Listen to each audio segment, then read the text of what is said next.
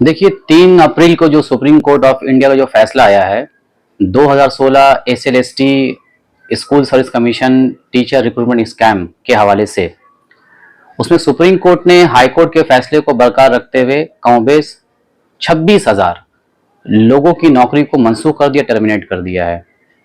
ये नौकरी क्लास 9-10 के टीचर, क्लास 11-12 के टीचर, ग्रुप सी स्टाफ और ग्रुप डी स्टाफ, इन चारों पर मुश्तमिल है। अब मसला यही है कि आखिर कहाँ पे चूक हुई, कहाँ पे भूल हुई। जब हाईकोर्ट ने इस मामले पर अपनी राय कायम की पिछले साल, हाईकोर्ट के डिवीजन बेंच ने, कि हम पूरे पैनल को बातिल करते हैं क्योंकि ये जो मामला है ये आर्टिकल 14 और आर्टिकल 16 का उल्लंघन करता है। सुप्रीम कोर्ट में जब मामला गया, इस हाईकोर्ट के डिवीजन बेंच के फैसले को चैलेंज करते हुए, तो सुप्रीम कोर्ट के चीफ जस्टिस उस वक्त डी वाई चंद्रचूड़ थे, उन्होंने भी इस मामले की सुनवाई की। के बाद जब वो रिटायर कर गए तो जस्टिस खन्ना साहब, उन्होंने मजीद इस केस के हवाले से समाअत की और उन्होंने अपना फैसला 14 फरवरी को महफूज कर लिया था। बहुत सारे सवालात इस मामले में, कितने लोग घपले में पकड़ाए गए, किन किन का नाम है और इसमें क्या क्या मामला हुआ। सबसे पहला बात तो ये कि जस्टिस अभिजीत गांगुली, जो हाई कोर्ट के सिंगल बेंच में उन्होंने फैसला दिया था, उन्होंने सबसे पहले जब उनके पास शिकायत पहुंचे उनके कोर्ट में कि कुछ जेन्युइन फेयर टीचर हैं, कैंडिडेट हैं जिन्हें नौकरी नहीं मिला, उनका नाम पैनल में था, तो उन्होंने एक बाग कमेटी बनाई और बनाने के बाद इंक्वायरी का, इन्वेस्टिगेशन का ऑर्डर दिया। बाग कमेटी ने रिपोर्ट पेश किया। जस्टिस अभिजीत गांगुली इस रिपोर्ट से मुतमईन नहीं थे, उन्होंने सीबीआई ऑर्डर दे दिया इंक्वायरी का। जब सीबीआई इन्वेस्टिगेशन शुरू हुआ तो उसमें और गहराई के साथ जो मामला तो सामने आते रहे। सीबीआई ने अपनी रिपोर्ट पेश किया और अभिजीत गांगुली ने इस मामले को देखते हुए संजीदगी के साथ, जिनका नाम सीबीआई की लिस्ट में था, जो नाअहल हैं, जिन्होंने इम्तिहान नहीं दिया, सिर्फ बैठे नाम लिख के चले, आंसर पेपर बिल्कुल ब्लैंक है उन लोगों का, उन्होंने नौकरी को कैंसिल कर दिया। अब जैसे ही सिंगल बेंच का ये फैसला आया, जिनका नौकरी गया था वो लोग डिवीजन बेंच में गए हाईकोर्ट के डिवीजन बेंच ने स्कूल सर्विस कमीशन से लिस्ट मांगा कि आप बताइए कि कौन इसमें टेंटेड है, कौन अनटेंटेड है। सीबीआई का लिस्ट ऑलरेडी हाईकोर्ट के पास मौजूद था ही पहले से। तो स्कूल सर्विस कमीशन इस मामले में कई बार कोताही बरतता रहा, उसने लिस्ट नहीं दिया। लास्ट में हाईकोर्ट ने भी टोटल पैनल को कैंसिल कर दिया। जस्टिस अभिजीत गांगुली ने पैनल कैंसिल टोटल नहीं किया था, उन्होंने सिर्फ जो सीबीआई के लिस्ट में मौजूद मुलविस जो नाअहल थे उनको कैंसिल किया था, उनकी नौकरी को कैंसिल किया था। अब जब ये 22 अप्रैल 2024 को टोटल पैनल कैंसिल हाईकोर्ट का डिवीजन बेंच में होता है, तब ये मामला पहुंचता है सुप्रीम कोर्ट में। सुप्रीम कोर्ट में बहस मुबाहिसा चलता रहा, दलील, लॉजिक, तर्क सब पेश करते गए और इन तमाम मामलात में सुप्रीम कोर्ट ने हर एक पहलू को बड़ी संजीदगी, बड़ी गौर से देखा।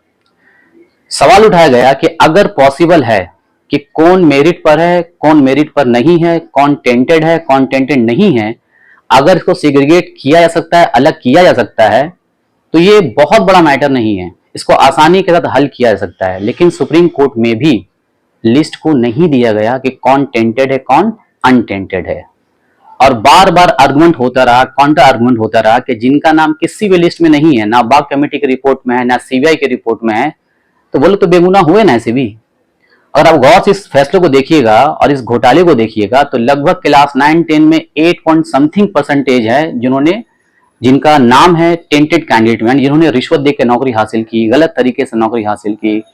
क्लास 11-12 में लगभग 14 पॉइंट समथिंग परसेंटेज है और ज्यादा जो बदअनवानी है वो है ग्रुप सी और ग्रुप डी स्टाफ, जहां 44%, 48% है। तो नेचुरल लॉ ऑफ जस्टिस, जिसके तहत आपको सर्कमस्टांशियल एविडेंस आपको नहीं मिला, आपको छोड़ दिया जाता है, जब हर रिपोर्ट में ये तमाम चीज पाया गया कि जो करप्शन हुआ है वो बहुत कम है, 9%, 10% है, 8% है, तो बाकी 90% इसमें क्या कसूर।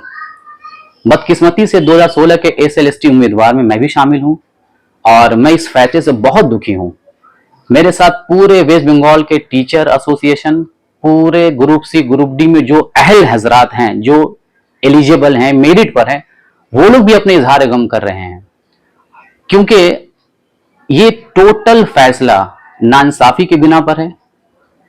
सुप्रीम कोर्ट ने जो फैसला अपना दिया आर्टिकल 14-16 का उल्लंघन करते हुए, उसमें उन्होंने कहा कि आर्टिकल 14 जो कहता है कि इक्वलिटी बिफोर लॉ और आर्टिकल 16 कहता है कि किसी भी सरकारी इम्तिहान में सबको बैठने का बराबर मौका मिलना चाहिए, तो उसमें घोटाला हुआ, करप्शन हुआ है।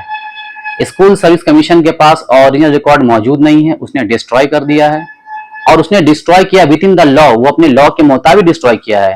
यूपीएससी एग्जाम जब होता है तो 6 महीने तक उसका आंसर पेपर रखा जाता है, स्कूल सर्विस कमीशन ने 1 साल तक आंसर पेपर को रखा था और प्रॉपर टेंडर के जरिए इसको डिस्ट्रॉय किया।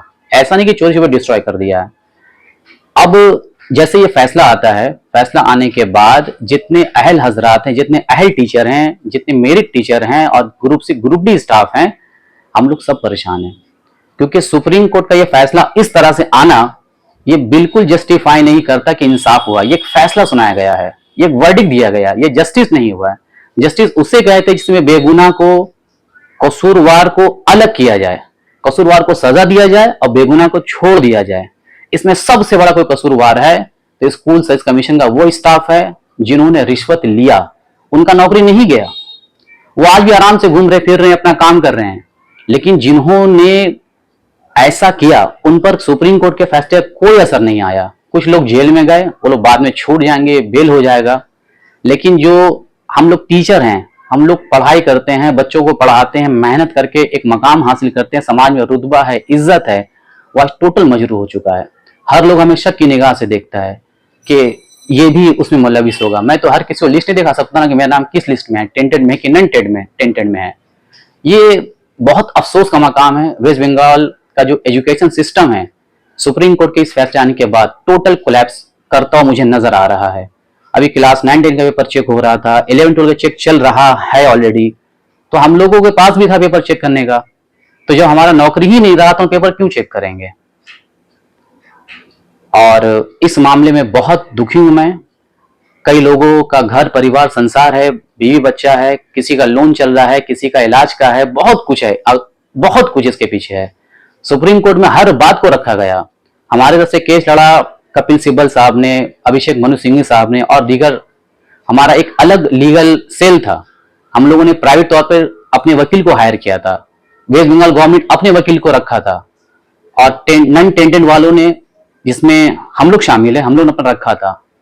लेकिन सुप्रीम कोर्ट ने बड़ा ही बेदर्दाना फैसला किया है। ऐसा फैसला नहीं आना चाहिए था। हम लोग को उम्मीद था सुप्रीम कोर्ट से कि सुप्रीम कोर्ट जिसका नाम आया है लिस्ट में उसको नहीं छोड़ेगा, उसको पकड़ना भी चाहिए था कसूरवार को। लेकिन सुप्रीम कोर्ट का यह फैसला कि टेंटेड और नॉन टेंटेड को एक साथ एक जुमरे में शामिल करना, एक कैटेगरी में डालना, ये मुझे किसी भी एतबार से मुझे जस्टिफाई नहीं लगता है। ये जस्ट एक वर्डिक्ट है जिसे सुना दिया गया है, ये जस्टिस नहीं हुआ। ये टोटल एक तरह से हमारे डेमोक्रेसी में सुप्रीम कोर्ट का फैसला कानून बनता है, और सुप्रीम कोर्ट ने जो फैसला सुनाया कानून है, लेकिन हमारे पास अभी भी ऑप्शन मौजूद है। अब चूंकि सुप्रीम कोर्ट का फैसला आ चुका है तो हमारे पास एक ऑप्शन बचता है कि इसमें रिव्यू पिटीशन डाला जाए। आर्टिकल 137 सुप्रीम कोर्ट के फैसले को रिव्यू करने की हमें इजाजत देता है। उसके अलावा जो हुकूमत हिंद है, सेंट्रल गवर्नमेंट, और जो हमारी मौजूदा मगरबी बंगाल हुकूमत है, उनसे भी हमारी अपील है कि जो लोग जेन्युइन हैं, फेयर हैं, जिनका किसी भी लिस्ट में नाम नहीं है, हमारे हाल पर रहम फरमाएं, हमें देखें। हमारी फैमिली है, हम मजबूर हैं, हम आज कुछ नहीं कर सकते। हम लोगों ने सब कोशिश किया अपने लीगल तौर पे लड़ने का, लेकिन आज हम बेबस नजर आ रहे हैं। मैं पुरुम्मीद हूं इस निज़ाम से, इस अदलिया इंसाफ से कि हमें जरूर इंसाफ मिलेगा। यह भी फैसला आया है, इंसाफ आना बाकी है। बहुत बहुत शुक्रिया। अगर आप न्यूज कनेक्ट कोलकाता को फेसबुक पर देख रहे हैं तो हमारे पेज को फॉलो जरूर करें, और अगर आप हमारे चैनल को यूट्यूब पर देख रहे हैं तो हमारे चैनल को सब्सक्राइब करना बिल्कुल ना भूलें। धन्यवाद।